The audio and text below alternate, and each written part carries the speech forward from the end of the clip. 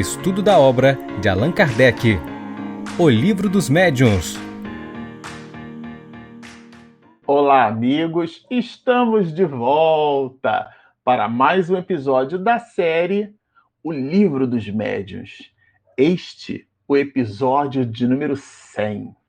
Bom, para você que está nos acompanhando no canal, nós estamos inaugurando com este episódio o 100º encontro nosso. 100 encontros, 100 episódios. E trata-se do número 100, é 100 com C e não 100 com S, tá certo?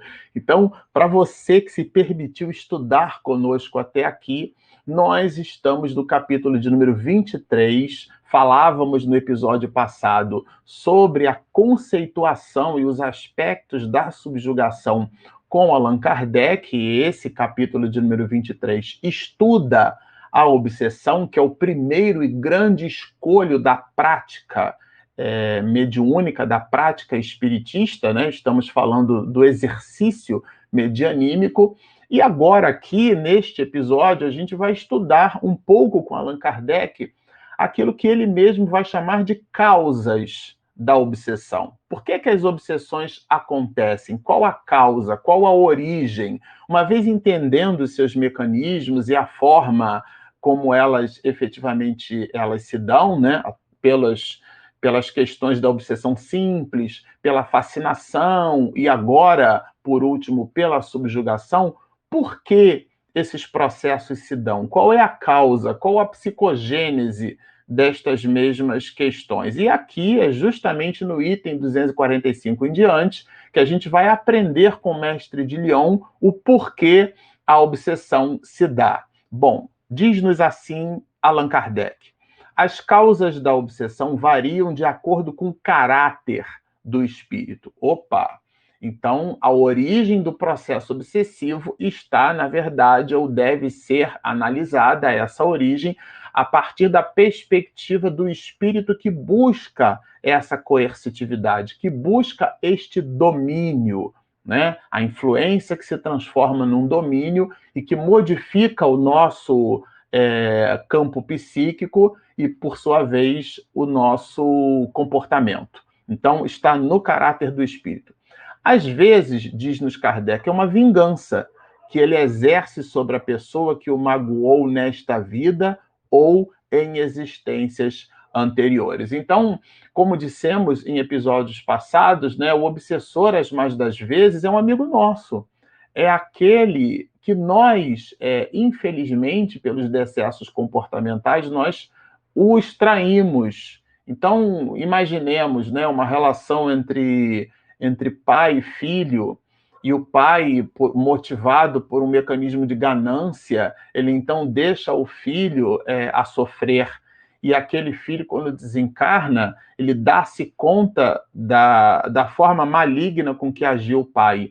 E transforma, então, polariza aquele sentimento que era de amor, né, considerando o amor filial, por um sentimento de ódio. Por isso que a veneranda Joana de Ângeles vai nos dizer que o ódio é o amor que adoeceu. Porque, de um modo geral, a gente pode entender que o contrário, né, isto é, o antônimo de amor não é ódio, é a indiferença.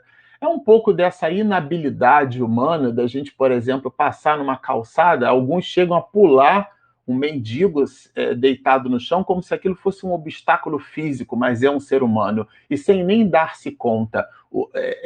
Esse comportamento em relação ao próximo é que a gente, então, poderia classificar como sendo o contrário de amor, o antônimo de amor, que é a indiferença. O ódio, existe uma conexão aí, o ódio existe um vínculo, existe um grau de importância, ainda que seja na fustigação. O ódio, então, na tese de Joana, é o amor que adoeceu.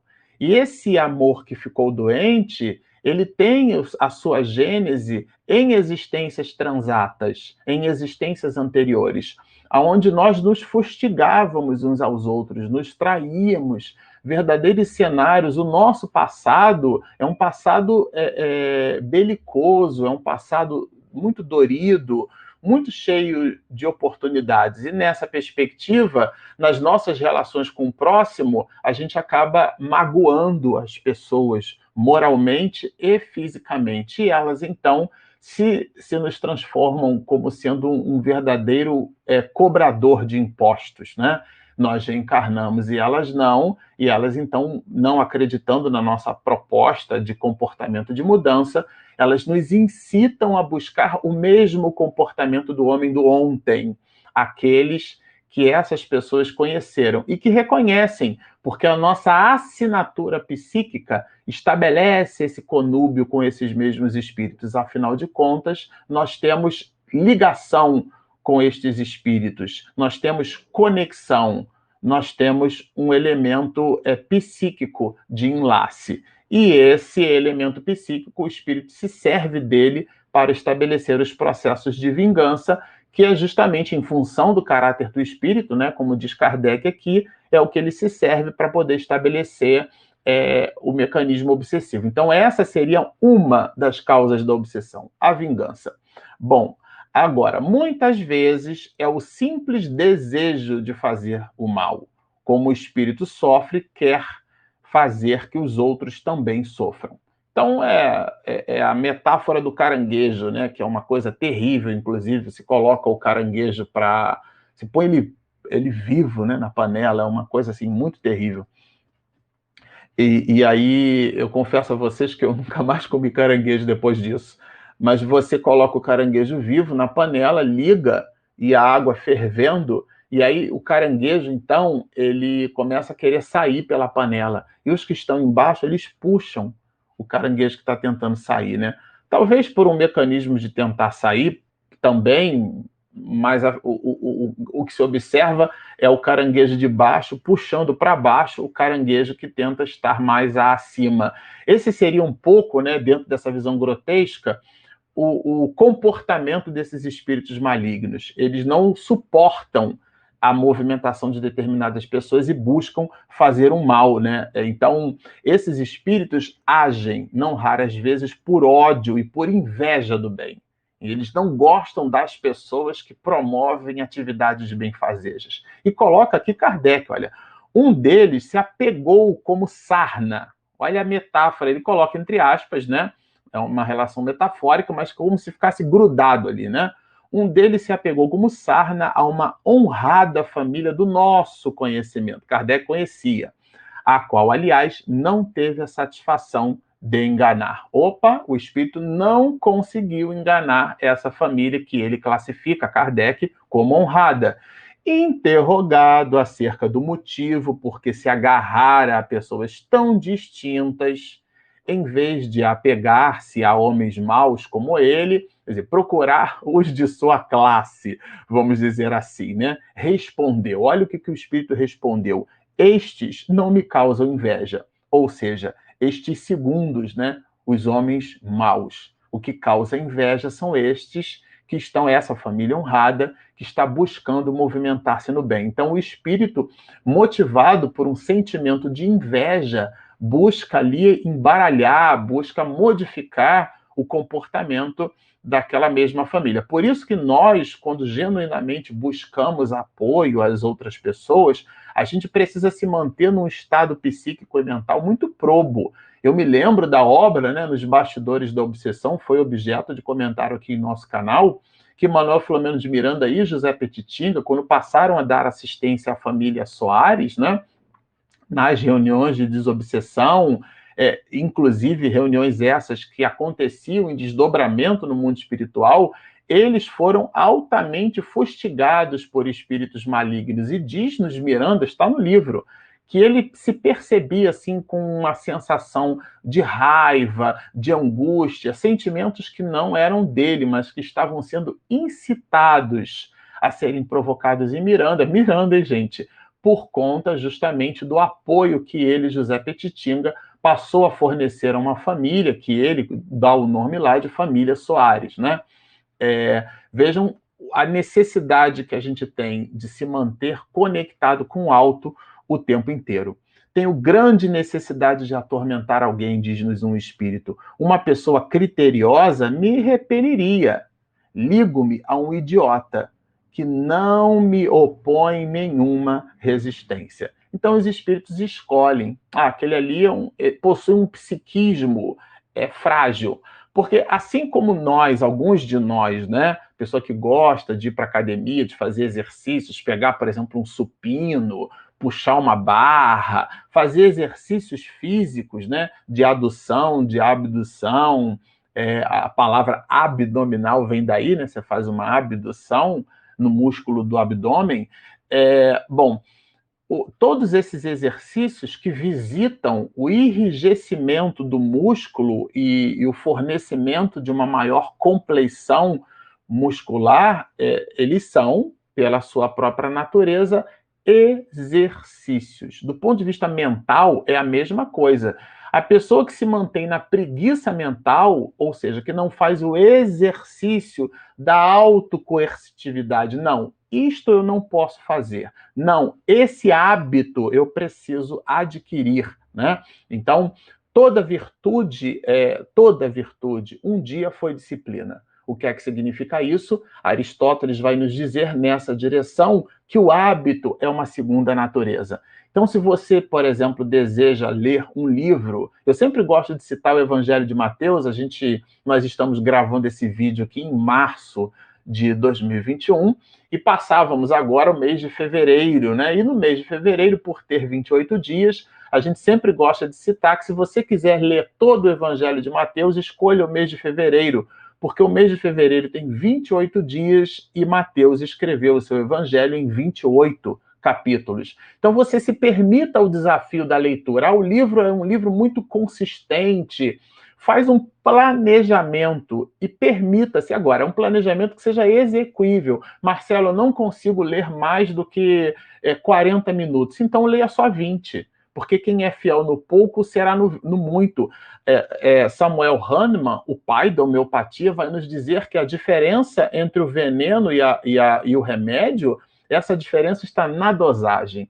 Então, permita-se pequenos desafios para adquirir essa robustez psíquica, porque na ausência dela, espíritos malignos identificam na minha, na nossa assinatura psíquica, mecanismos para gerar processos obsessivos. Aí estão uma das causas da obsessão. Há espíritos obsessores, diz-nos Kardec, sem maldade, que até mesmo são bons, mas dominados pelo orgulho do falso saber. São aquelas sugestões que nós recebemos. Minha avó Maria, minha avó materna, dizia que conselho, se fosse muito bom, é tão precioso, que a gente não dava, nós vendíamos, pela valoração que aquele conselho vai ter. Nessa direção, talvez de uma forma mais sofisticada, né?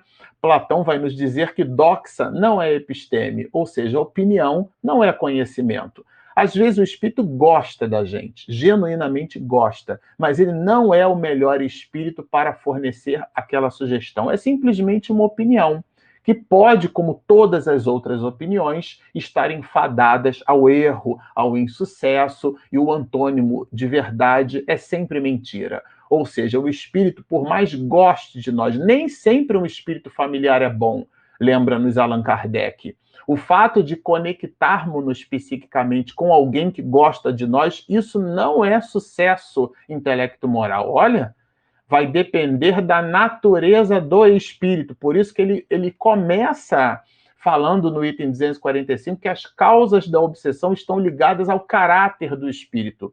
E eu repito, o espírito pode ser bom, ou seja, cercado de boas intenções, mas é um espírito orgulhoso. Fala daquilo que não conhece, daquilo que não sabe, emite opinião, porque deseja o nosso bem. Então, nos influencia. Quando você chega em casa, fala para sua esposa, ela não pode agir assim com você, não. O que há? Quando você chegar, voltar do trabalho, fala para o seu marido que ele não pode se comportar dessa forma. E a gente agasalha o pensamento sem nos nutrirmos de uma reflexão. Às vezes a sugestão pode ser genuína. Os espíritos nos influenciam certamente, mas a decisão é sempre nossa. Então, o espírito pode ser um espírito amigo, sem necessariamente ser um espírito bom. E pode ser um espírito bem intencionado, mas ser um espírito orgulhoso. Não possui o equipamento do conhecimento. Possui falácia, possui doxa, possui opinião.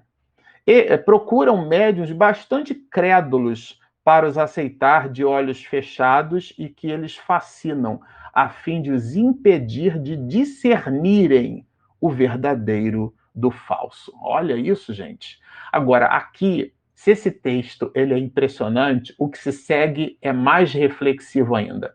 Diz-nos assim Kardec: são os mais perigosos, já que os sofismas nada lhe custam e porque podem dar credibilidade às mais ridículas utopias. A ideia do sofismo aqui é um princípio filosófico, né, muito antigo. A gente pode considerar, por exemplo, Paulo de Tarso vai dizer que todo homem é mentiroso. Bom, se Jesus Cristo foi homem, por analogia, por um sofisma, Jesus Cristo também foi mentiroso. Então, esse é um princípio da retórica, né, onde você faz uma relação analítica entre proposições, e isso, inclusive, em lógica matemática, em álgebra das proposições, em álgebra booleana. Se você nos assiste com equipamento eletroeletrônico, com smartphone, com computador, com um televisor na sua casa, por um dispositivo eletroeletrônico qualquer, todos eles estão cheios de portas lógicas. Os circuitos eletroeletrônicos trabalham com o conceito de porta lógica, e a porta lógica tem na sua gênese esse tipo de inferência lógica, que a gente chama, né, em ciência da computação, de tabela-verdade. E essa tabela-verdade tem a sua relação analítica nestes processos de sofisma, quando eu combino proposições que eu acho que são verdadeiras. De novo, a ideia da doxa. Então eu preciso analisar. Nessa direção, inclusive, eu já repeti isso aqui em algumas oportunidades, mas é sempre bom lembrar, nós tínhamos um livro de ciência da computação que trabalhava nessa direção, essa ideia, né? Ele dizia assim: vendem-se frangos abatidos. Aliás, é um livro de lógica, né? Algoritmos e estruturas de dados justamente para desenvolvedores em computação. E esses dois autores apresentam essa proposição: vendem-se frangos abatidos. O que seria um frango abatido? Seria um frango morto ou um frango deprimido? Ele está tão abatido, né? Quer dizer, as palavras elas possuem relações que, dependendo da abordagem, produzem sofismas. E os espíritos enganadores se utilizam desses mecanismos, colocam informações nas mensagens empoladas de palavras, mas o conteúdo mesmo é pouquíssimo, né? Procuram deslumbrar por meio de uma linguagem empolada, vai nos dizer Kardec, mais pretensiosa do que profunda, recheada de termos técnicos e enfeitada de palavras grandiosas. Ou seja, do ponto de vista do conteúdo, tem pouca coisa. E encontram guarida no psiquismo destes médios. Então, além dos processos de vingança, além dos processos de inveja, uma das causas da obsessão é essa espécie de fraqueza psíquica.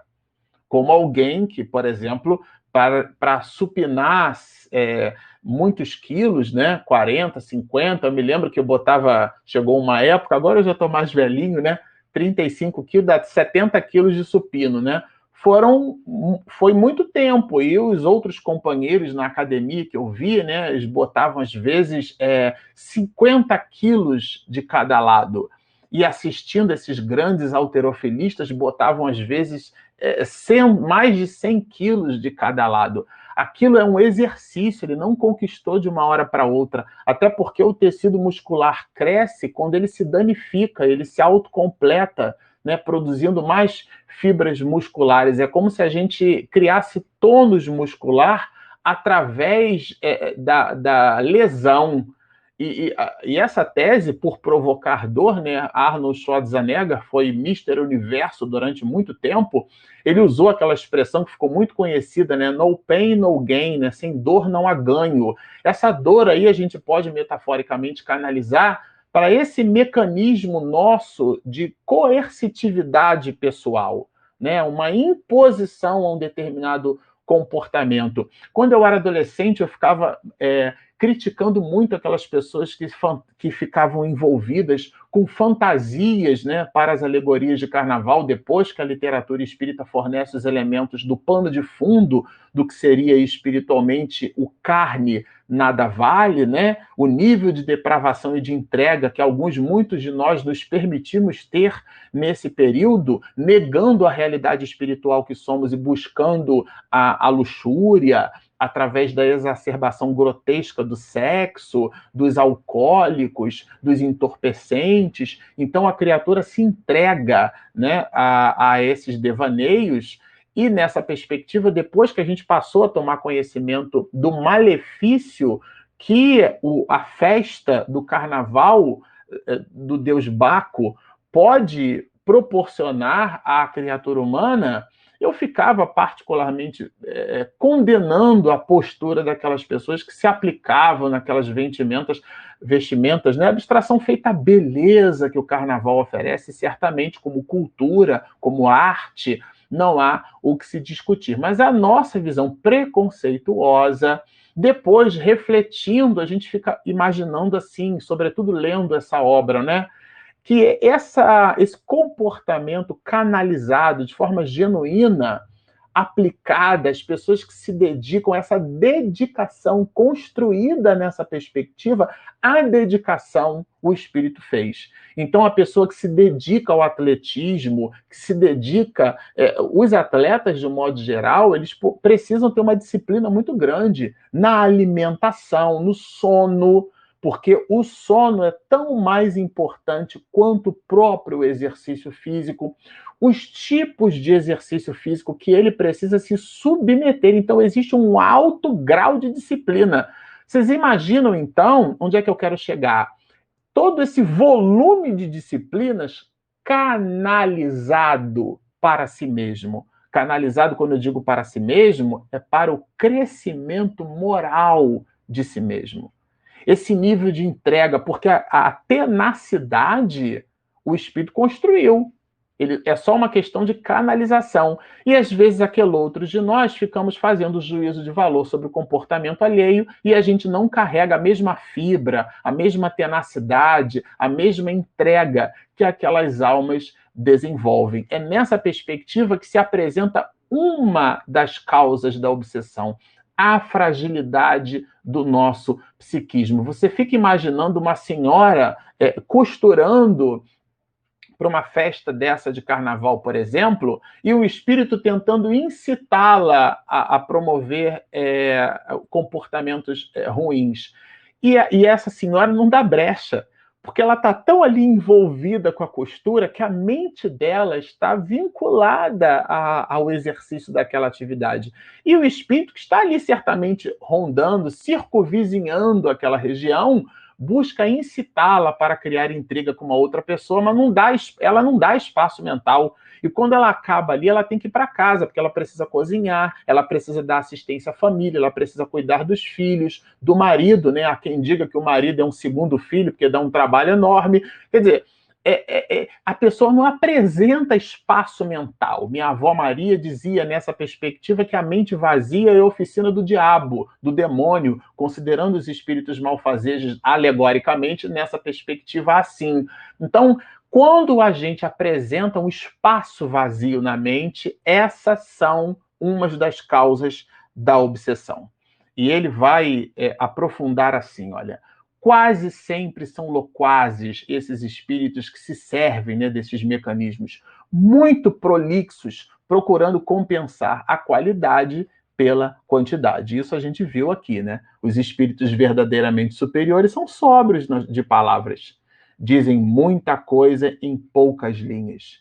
De modo que aquela fecundidade prodigiosa deve sempre ser tida como suspeita. Aquele verbo eloquente, o espírito fala muito, diz coisas assim, cercadas, né, de uma pomposidade e acaba iludindo as pessoas na reunião mediúnica. É necessário saber se o espírito vem de Deus. As utopias e as excentricidades que neles são frequentemente abundantes e chocam o bom senso produzem lamentável impressão nas pessoas ainda noviças na doutrina, dando-lhes uma ideia falsa do espiritismo. Essa é a obrigação daqueles de nós que nos movimentamos de maneira séria em doutrina espírita. Porque o novato, ele vai dizer assim, mas é isso que é espiritismo? Isso é que é uma mensagem mediúnica? Às vezes a pessoa recebe na reunião mediúnica e no dia seguinte posta em lista de WhatsApp, não corrige nem erro grosseiro de concordância verbo nominal, tá certo? Nossa, é isso? Isso é que é um espírito superior falando? Quer dizer, a porta, Divaldo nessa direção vai dizer, elas não fundam uma casa espírita, elas afundam o bom nome da doutrina, porque estão muito mais preocupadas em projetar o ego do que propriamente em iluminar consciências, né? Acontece com muita frequência que um médium só pode comunicar-se com um único espírito, que se ligou a ele e responde pelos que são chamados por seu intermédio. É a relação monotática, né? Uma relação monolítica, essa ideia do monolito, do monobloco, é um bloco único, né? A monoideia. É o médium que só sintoniza com o espírito. Ele tem, por exemplo, até o cacoete de só sintonizar com aquilo que ele classifica como mentor espiritual da casa. Nem sempre, vai nos dizer Kardec, é nisso uma obsessão, já que pode resultar de falta de flexibilidade do médium, ou de uma afinidade especial sua com este ou com aquele espírito. A gente observa isso muito fortemente em Emmanuel, no que diz respeito a Chico Xavier. A gente vai perceber André Luiz, mas manifestava-se também com Valdo Vieira, mais especificamente com Chico Xavier. A gente vai perceber Joana de Ângeles em relação a Divaldo Pereira Franco. São exceções que confirmam a regra. De modo geral, a regra é que o médium deva se permitir essa flexibilidade, até porque estes médiuns que citamos não expedem conteúdo somente por esses espíritos, né? Isso é bem importante que se diga. Né? Nem sempre é nisso, portanto, uma obsessão, já que pode resultar de falta de flexibilidade do médium ou de uma afinidade especial sua com este ou aquele espírito. Somente a obsessão propriamente dita, que é o conceito de volta, quando o espírito se impõe e afasta intencionalmente os outros, o que jamais é feito por um espírito bom. Então, se a gente observa, por exemplo, numa reunião mediúnica, o médium que só dá comunicação pelo mentor da casa, tem alguma coisa de errado e é com ele. Porque o mentor da casa não tem Casas Bahia, né? Dedicação total a você. Ele vai se servir do aparelho medianímico que apresente condições para que a comunicação se faça. E a tese não é minha. Allan Kardec vai dizer que é a necessidade de existir relações fluídicas. E às vezes a pessoa pode não estar num bom dia. Ninguém vive uma linha reta. Só Jesus viveu uma análise comportamental. Aliás, no eletrocardiograma, linha reta já morreu. Todos nós temos picos e vales, eles são ascensionais em direção a Deus, mas nós não vivemos uma constante comportamental. Esse movimento retilíneo constante, no mais alto grau, num grau, né? Só Jesus na história da humanidade. O resto de nós tem picos e vales. Então, nessa perspectiva, é de se estranhar que o médium sempre consiga conectar, sempre e somente com aquele espírito. Todo médium que se melindra com as críticas da comunicação que recebe faz-se eco do espírito que o domina. E esse espírito não pode ser bom. De novo aqui a ideia do melindre. São reflexões analíticas, né? O isolamento do médium, outro ponto aqui, ele está descrevendo características que dialogam com as questões das causas da obsessão. O isolamento do médium é sempre coisa deplorável para ele. É aquela metáfora do feixe de varas do nosso querido Dr. Bezerra de Menezes, né? Fora do rebanho, nós somos papá de onça, né? Então, o isolamento do médium é sempre coisa deplorável. Para quem? Para o próprio médium, para ele. Por quê? Porque fica sem nenhum controle das comunicações que recebe. Opa! Então, o controle das comunicações ele é feito num trabalho em equipe. Ele não é feito de maneira isolada. Bom, como vocês observam, é um conteúdo maravilhoso. No próximo episódio, já que a gente entendeu a origem, a psicogênese dos processos obsessivos, no próximo episódio a gente vai estudar os meios de se combater. Como é que resolve essa encrenca?